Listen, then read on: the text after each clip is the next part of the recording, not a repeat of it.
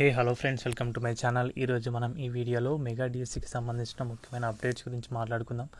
అదేవిధంగా టెట్కి సంబంధించిన ముఖ్యమైన లేటెస్ట్ అప్డేట్స్ గురించి అయితే మాట్లాడుకుందామండి. సో వీడియో స్కిప్ చేయకుండా ఎండ్ వరకు అయితే చూడండి గైస్, ఓకేనా. టెట్కి సంబంధించి కోర్ట్ కేసు హియరింగ్ అనేది నడుస్తుంది.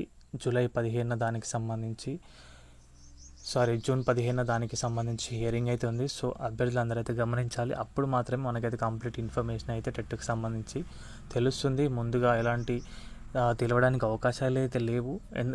టెట్ అనేది అయితే కండక్ట్ చేస్తారు అప్పుడు చెప్పిన విధంగానే. బట్ బిఫోర్ డిఎస్సి అయితే ఉండదు, ఆఫ్టర్ డిఎస్సి తర్వాత మాత్రమే కండక్ట్ చేయడానికి అవకాశాలు అయితే ఉంటాయి. ఎందుకంటే ఆల్రెడీ డిఎస్సి ఎగ్జామ్స్ డేట్స్ అనేవి దగ్గరికి వచ్చినాయి, హాల్ టికెట్స్ కూడా డౌన్లోడ్ అవుతున్నాయి. కాబట్టి డిఎస్సి పోస్ట్పోన్ అవ్వడానికి అవకాశం అయితే ఎట్టి పరిస్థితుల్లో లేదు. సో డిఎస్సి అనేది కండక్ట్ చేస్తారు కాబట్టి తర్వాత టెట్ అనేది ఉండడానికి అవకాశం అయితే ఉంటుంది. సో టెట్కి సంబంధించి ఇది. అదేవిధంగా నార్మలైజేషన్ గురించి మనం మాట్లాడుకుంటే కనుక నార్మలైజేషన్ వల్ల ఎలాంటి నష్టాలు ఉంటాయి అని చెప్పేసి మనం అయితే కంప్లీట్గా మాట్లాడుకుందాం. ముందుగా చూసుకుంటే కనుక డైలీ 2 పేపర్స్ అయితే కండక్ట్ చేశారు కదా, 2 సెషన్స్లో. మార్నింగ్ ఉంటుంది, ఆఫ్టర్నూన్ సెషన్ అయితే ఉంటుంది. దీంట్లో ఎవరికైతే పేపర్ టఫ్గా వస్తుందో సర్టెన్ డేట్ రోజు ఎవరి పేపర్ ఈజీగా ఉంటుందో అనేది దాని ప్రకారం మార్క్స్ అనేవి ఒక ఎంత వరకు యాడ్ చేయాలో అంతవరకు యాడ్ చేస్తారు. పేపర్ టఫ్ వచ్చిన వారికి, పేపర్ ఈజీగా వచ్చిన వారికి ఏం చేస్తారంటే మార్క్స్ నెగిటివ్ మార్కింగ్ చేసి తీసివేయడం కూడా జరుగుతుంది. కొన్నిసార్లు అలాగే ఉంచడం కూడా జరుగుతుంది. సో ఇది నార్మలైజేషన్ విధానం. ఆన్లైన్ వల్ల ఇది ఒకటైతే నష్టం అయితే ఉంటుంది.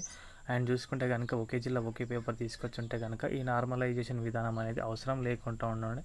సో అప్పుడు ఏంటంటే కనుక అందరికీ న్యాయపరమైన మెగా డిఎస్సి వచ్చేసి ఉంటుండే 16,340 పోస్టులకు సంబంధించి. బట్ ఈ నార్మలైజేషన్ ద్వారా ఏంటంటే కనుక అభ్యర్థులు కొంచెం నష్టపోవడానికి అవకాశాలు అయితే ఉంటాయి. ఎవరు కూడా ఈజీగా పెట్టమని అన్నారు, అందరూ కూడా ఒకేలా వచ్చుంటే కాంపిటీషన్ అనేది అయితే సరిగ్గా ఉంటుంది. ఒక్కొక్కరికి టఫ్గా ఇచ్చి ఒకరికి ఈజీగా ఇచ్చి నార్మలైజేషన్ చేసి మార్క్స్ తీసివేయడం అనే పద్ధతి అయితే సరికాదు. ప్రభుత్వం కూడా ఒకసారి దాని గురించి మళ్ళీ ఆలోచించుకునేది కాకుండే. బట్ ఇప్పుడు సమయం అయితే లేదని చెప్పొచ్చు. అదేవిధంగా అయితే కండక్ట్ అయితే చేయబోతున్నారు గైస్. సో టెట్ గురించి కూడా నేను చెప్పాను. సో ఇది వీడియోకి సంబంధించిన అప్డేట్ అయితే కనుక వీడియో నచ్చితే వీడియోకి అయితే ఒక లైక్ చేయండి. మన ఛానల్కి ఎవరైనా కొత్తగా వచ్చండి సబ్స్క్రైబ్ చేసుకోండి. థ్యాంక్స్ ఫర్ వాచింగ్ అందరికీ. బాయ్.